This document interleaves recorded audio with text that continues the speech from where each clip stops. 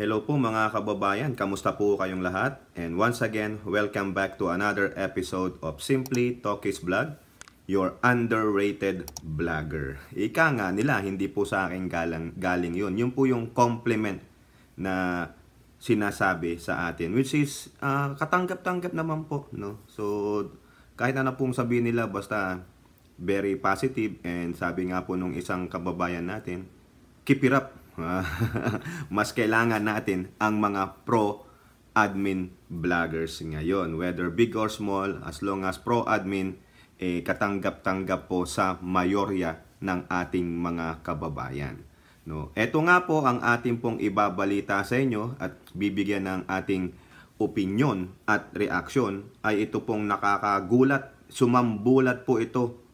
Sumambulat na pagkagulat. No? Parang sinampal po ang NTF-ELCAC, ang PAO o yung Public Attorney's Office at ang ating kasundaluhan sa ginawang kasinungalingan para po sa aking opinion. Kasi nung binabasa ko ito at nadinig ko po yung statement ng isang kamag-anak, no, aking pong masasabi na kasinungalingan at the audacity to do this in publicly. Siguro may pagkakamali po dito ang ating tropa ng pamahalaan, pero at least nakita po natin ang totoong kulay ng mga taong ito. Ang binagamit po natin, unahin natin dito, ay yung papreskon po sana ng NTF-ELCAC, no, na ipipresenta po yung dalawang kabataang babae na sinasabi nilang dinukot daw po sila. Sila po ay mga environmentalist activists dyan po sa Manila Bay. Na kung saan habang sila daw po ay naglalakad, no, sila po ay dinukot. At sino ang mga dumukot? Mga militar. Yun po yung sinasabi nila. Now, kung maalala nyo, no, sinusubaybayan ko to, binabasa po ang mga balita, hindi ko lang po kino-content kasi sabi ko, it is the duty of our uniformed personnel to investigate that. So mag-aantay na lang tayo kung ano na yung final result. No? So ang nangyari, yung mga kasamahan nila, ang biniblame mga tropa ng gobyerno, whether police or militar. Pero sabi naman po ng ating mga uniform personnel, ilabas nyo ang patunay na kami nga ang dumukot sa mga yan. And then, nung Lunes, no, sumuko po sila sa militar. Sila po ay may gawang statement, no? Tinulungan po sila ng PAO, no, with Attorney Persida Acosta. Siya po ang chief dyan. No, okay na ang lahat. Nung i-present po sila, no? Nung i-present na sila, para pong ticking time bomb na bigla silang sumabog. Nabigla po ang mga kasamahan nila doon, no? Ito po ang sabi sa balita ng Manila Bulletin. NTF-ELCAC cries betrayal as missing environment activist surface bear military abduction. No? Na double cross po sila dito. Na set up sila nitong dalawang environmentalist na ito ng mga hinayupak. No? Siyempre ikaw na militar sumuko sa'yo. No? Tutulungan mo. Sasabihin nila dinukot daw sila for how many weeks. Mukha namang maayos ang kanilang kalagayan. Mukhang wala namang ginawang masama sa kanila. No? O baka ano lang to, naratiba ng makakaliwang grupo. Malalaman nyo mamaya bakit ko nasabing makakaliwang grupo. No? Officials of the NTF-ELCAC, or known as National Task Force to End Local Communist Armed Conflict, were appalled. Nagulat daw po sila. Ha? Napaganon sila.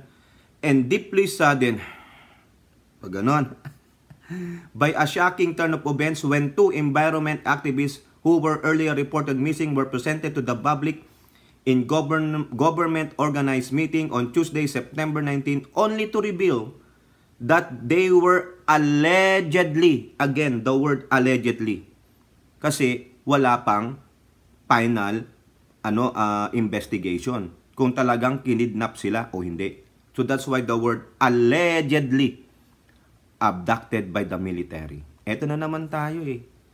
Sa tanong nyo ba, kayo, tanungin ko, maniniwala ba kayo dito sa kwento ng dalawang ito that they were abducted by the military?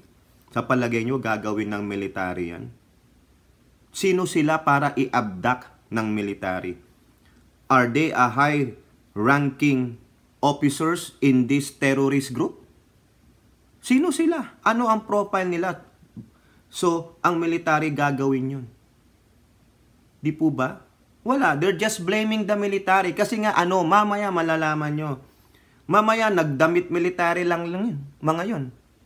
Nakasuot military. No? Kaya sabi nila, ay, militar. Parang nangyari na yan eh. Nung panahon ni Apulakay.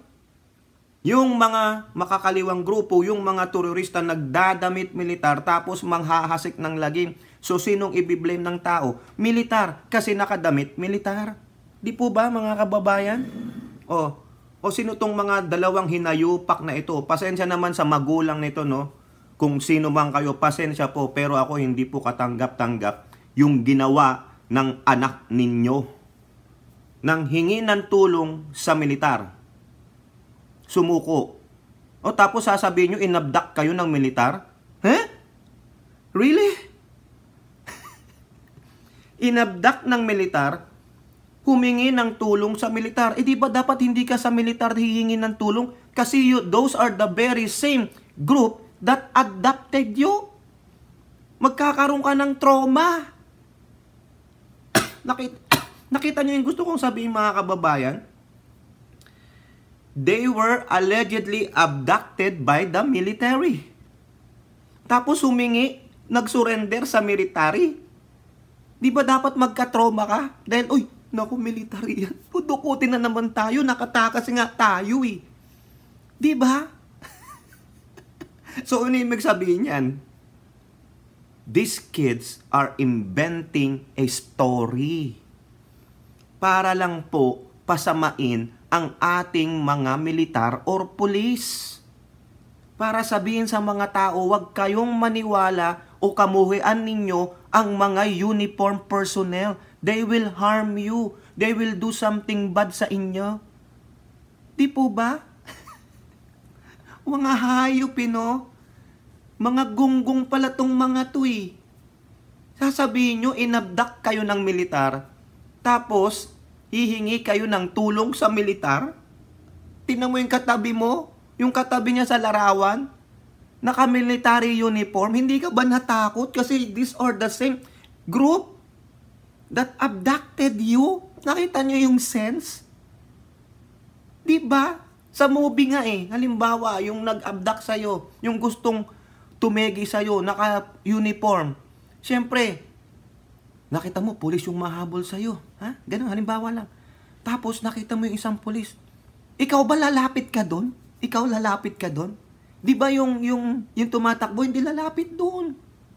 Lalapit yan sa public. Kasi takot na siya sa mga uniform personnel.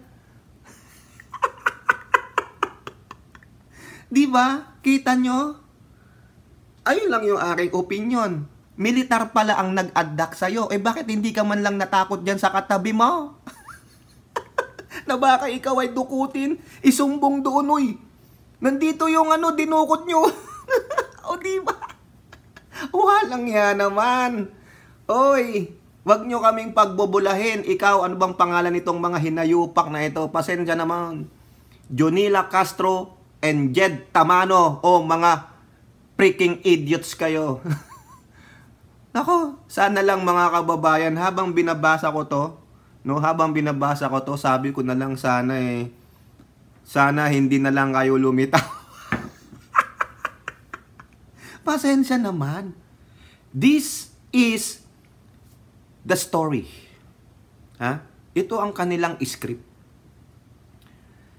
Kunwari, dinukot kayo.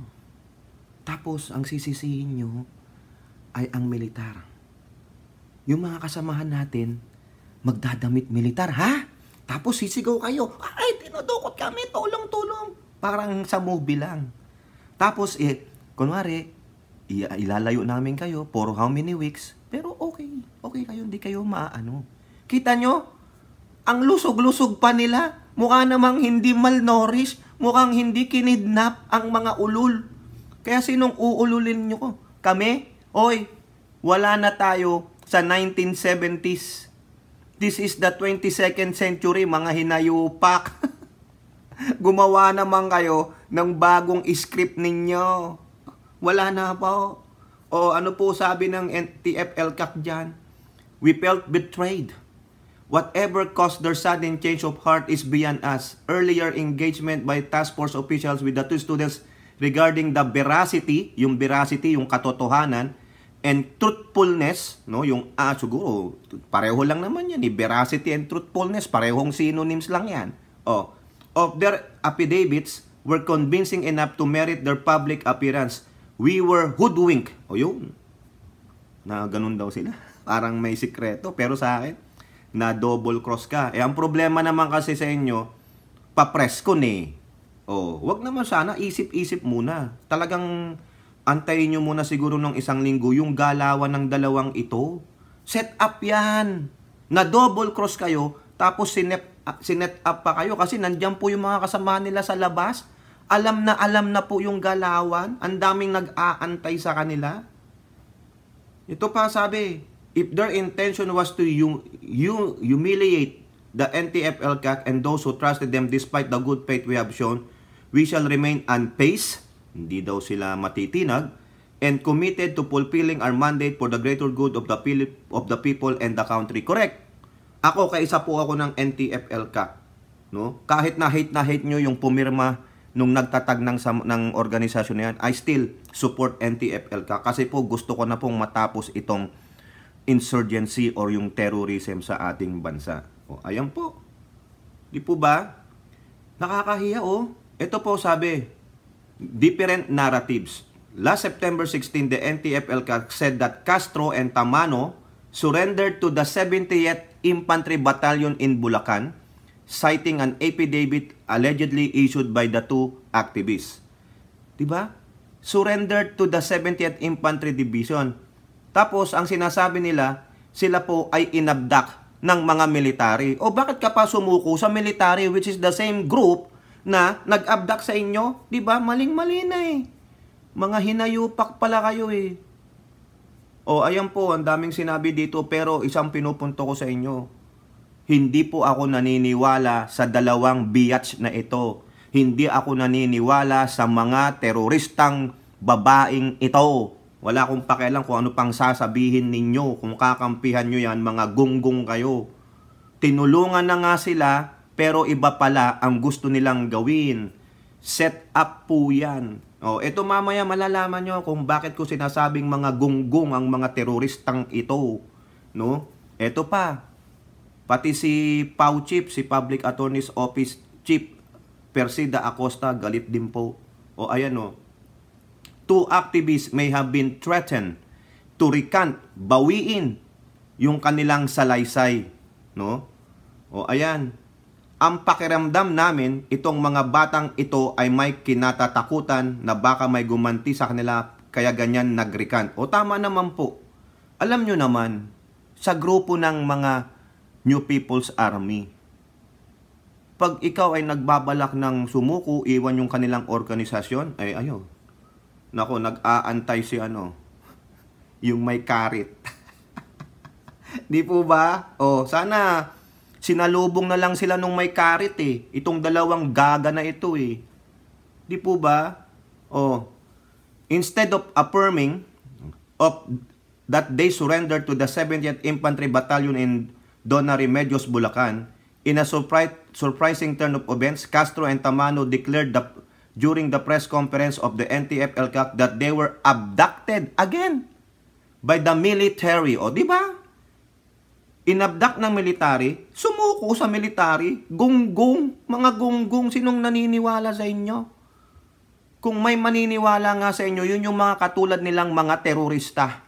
Kasi sinet up talaga ang NTF-ELCAC, ang military, ang PAO at kung sino pa na gusto lang tumulong sa kanila. Sana hindi nyo na po tinulungan Hindi na Hinayaan nyo na silang tuluyang maabdak nung sino mang nag-abdak.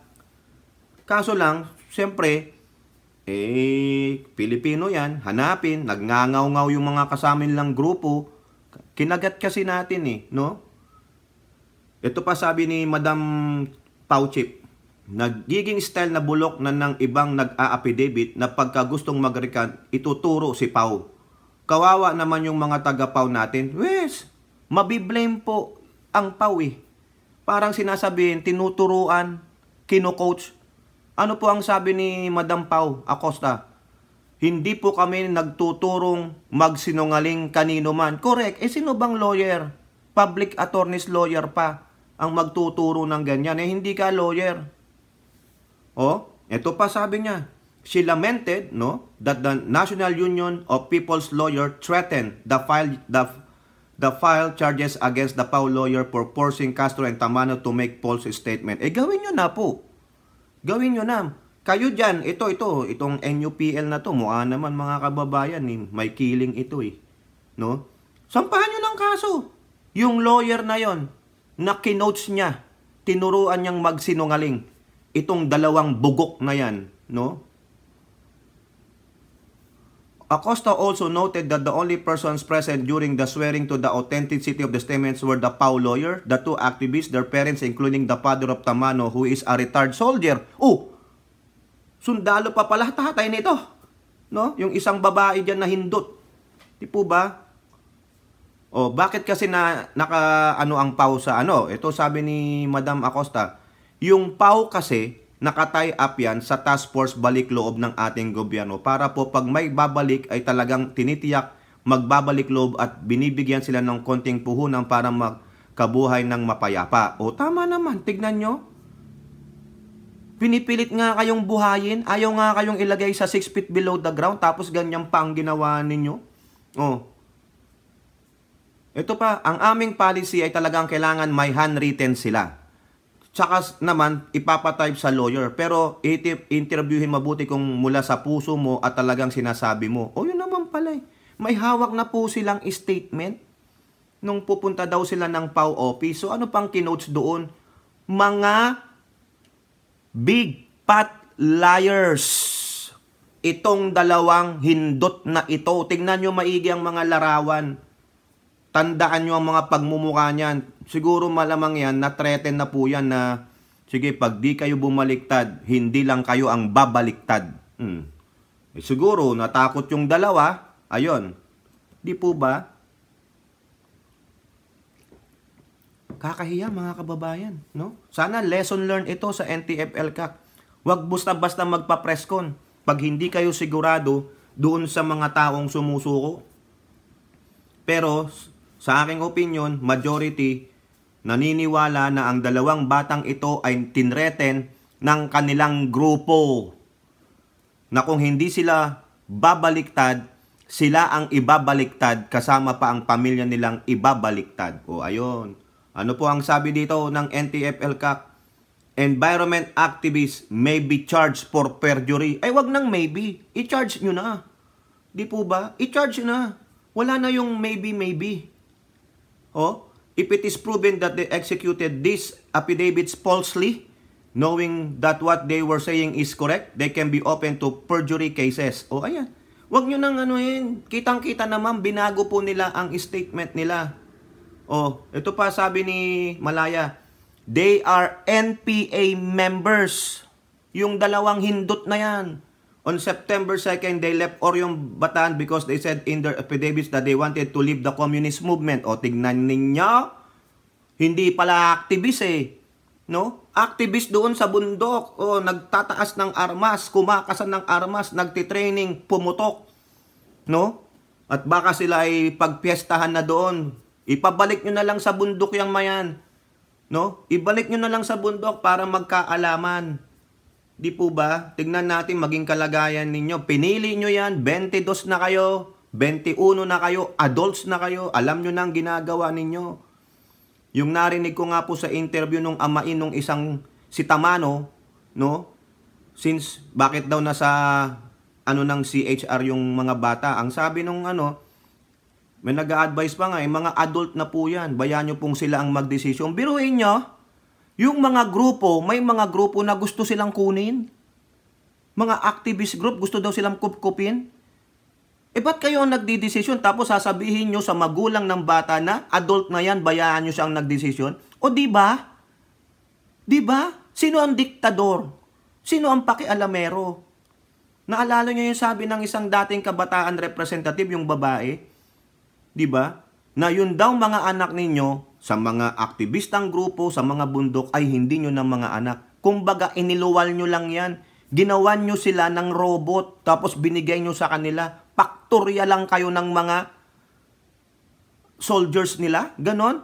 Kung ako yon, tampaling ko talaga yung babae na yon, kung sino man yon, no? Alam ko kilala nyo yan, yung pinalitan ni TikTok Queen, yung si Kabataan Party List. Na kung akong paringgan mo niyan, ewan ko lang kung hindi ka hindi ko ingud-ngud ng mukha mo diyan sa simento. Nakita mo, gago ka, ginawa mo kaming paktorya ng mga soldiers ninyo. Ulul. No, pinalaki lang daw, pinalamon tapos bigay na sa kanila. Hindi na daw pag magmamay-ari. Gago. Sino ka para magsabi ka ng ganyan? Sabihin mo yan sa magulang mo na hindi ka pinalaking tama. Di po ba? Huwag mong isiksik sa amin ang baluktot mong idea. Dahil pinalaki kaming tama ng mga magulang namin. Maybe ang magulang mo ay isa ring promotor ng kasamaan sa bansa. Yun lang yun. No? Kaya nakakaawa po ang magulang nitong dalawang to eh. Malamang po, no? Nung narinig ko yung interview doon sa amain nung si Tamano, mukhang mahusay naman. Mukhang marunong magpalaki ng mga anak. Siguro, itong Amazona na ito, na hindot, no? Na brainwash. O ayan, sige, namnamin ninyo. Sana lang, no?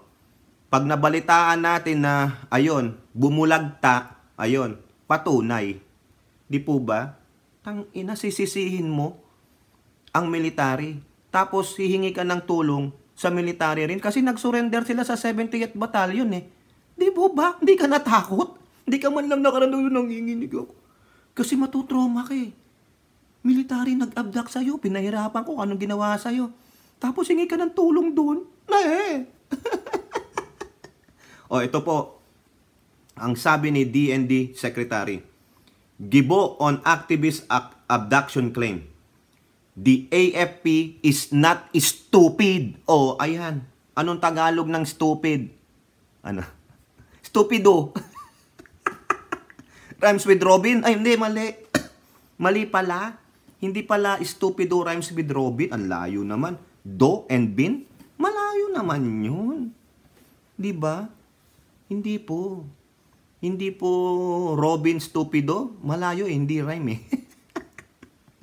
Defense Secretary Gilbert Teodoro Jr. on Wednesday took the CAD girls for the military after two environmental activists who were earlier reported to have surrendered to authorities said instead they had been abducted. Quote, hindi ito pwedeng coerce. Kung ito talaga ay inabduct, ibig sabihin masama ang motibo. Ayan. Bakit pa ilalabas na surrendery ito? Kung talagang inabduct talaga ito, tatamnan, magpaplanta daw na ng kasong masama ito. O ayun, correct. Di po ba? Hindi ka nag-abduct. Tapos ipapasurrender mo sa harap ng maraming tao na magpapabaliktad ka lang. Hindi tanga ang armed forces. Correct. Correct po yan. No? I am not just relying on the sole statement of the military. I am relying on the evidence that they executed their affidavit before a public attorney. There are other witnesses there who said they voluntarily surrender. O tignan ninyo. Diba? Nakakahiya po itong dalawang gunggong na ito. Siguro ito merong silang nakitang tao doon na gumanon, may sinenyas. Ayun, bumaliktad. Ganyan po yan. No? Kaya siguro, for the safety of their family na rin ang iniisip nila. Pero gunggong pa rin kayong dalawa kayo. Tapos tuwang-tuwa sila mga kababayan. Nakita ko yung picture, lalo na yung si Arlene Brosas. Tuwang-tuwa ang puta So eto po mga kababayan at kaibigan, may ipaparinig po ako sa inyo na yung tulad ng sinasabi ko sa inyo. Bakit nasabi kong itong mga to ay miyembro ng makakaliwang grupo aside dun sa sinabi na ng NTF-ELCAC. Ito po, reliable source ito. Interview po ito nung amain nung Tamano dyan po sa ABS-CBN. Audio na lang kasi makaka-copyright tayo ng ABS-CBN. Alam nyo naman yan. Diba? Ito po. Hapon po. Opo, magandang hapon din po sa inyo. Mang Enrique, nasaan na po ngayon si Jed? Sa pagkakaalam ko po ngayon, kukunin sila ng custody ng CHR, ng Commission on Human Rights. Oo. Iyon po yung huling information na sinabi sa amin. Kanino po galing yung impormasyon na yun? Sinabi po ng mga staff ni Mayor ng Plaridel. I see. So si Mayor na po mismo ang nagbigay. Oo. So, Pero kukunin po ng custody ng Commission on Human Rights yung mga bata para siguro para neutral yung natin, yung Neutral. sitwasyon sa ngayon. Kasi ayaw din namin muna na umuwi yung bata. Baka mamaya susundan lang din itong mga makakaliwang grupo sa bahay. Kawawa naman yung mga kapatid niya na maliliit. Pati seguridad nila masasakripisyo. So, dahil po sa nabanggit nyo ngayon, natatakot kayo na baka sundan ng mga makakaliwang grupo. So, kayo po, ano ho ba ang pagkakaintindi nyo sa nangyari? Ano ba ang totoo? Ano ba ang katotohanan dito, Sir Enrique? Actually po, nabigla din ako nun sa press con kasi minomonitor ko siya. Kasi nung araw na apparently sumuko sila sa otoridad, humingi sila ng tulong o na-rescue sila, nandun kami sa kampo ng militar. Inimbitahan nila kami para ma-witness yung pagdating ng mga bata. Kinausap namin yung mga bata, kinamusta namin, okay naman daw sila, na sila raw ay nalulungkot na. At itong si Jonila nga, na isang umamin sa akin mismo, sa asawa ko, na matagal na siyang NPA, nasa armadong grupo, natatakot na raw siya sa seguridad niya sa grupo na to. Kaya kinumbinsi niya si Jed para sumuko na. At yun nga, yun yung mga nilahad nila rin sa affidavit nila. Kaya nabigla kami, biglang ganyan yung sasabihin nila kasi hinikayat lang niya si Jed para magsinungaling o initially sa otoridad para lang makagawa ng ganitong issue. Sa pagpirma po nila ng statement nila sa PAW, nandun din po kami. Ilang beses namin silang tinanong kung meron kayong gustong baguhin. Wala silang sinasabi. Ang sabi nila, okay daw, tama raw yung statement. Sabi ko rin sa anak ko, gusto mo kumuha tayo ng sarili nating abogado? Sabi niya, hindi na kailangan, okay na yung PAW. So, pati po kami nagtataka kung anong klaseng script ba to na ginagawa nitong mga makakaliwang grupo para siraan ng gobyerno.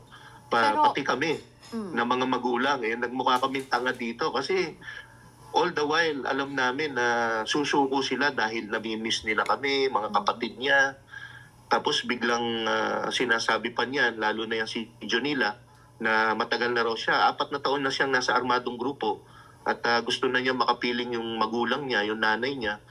At saka natatakot na rin siya kasi lilikidahin daw sila nung mga kasama nila.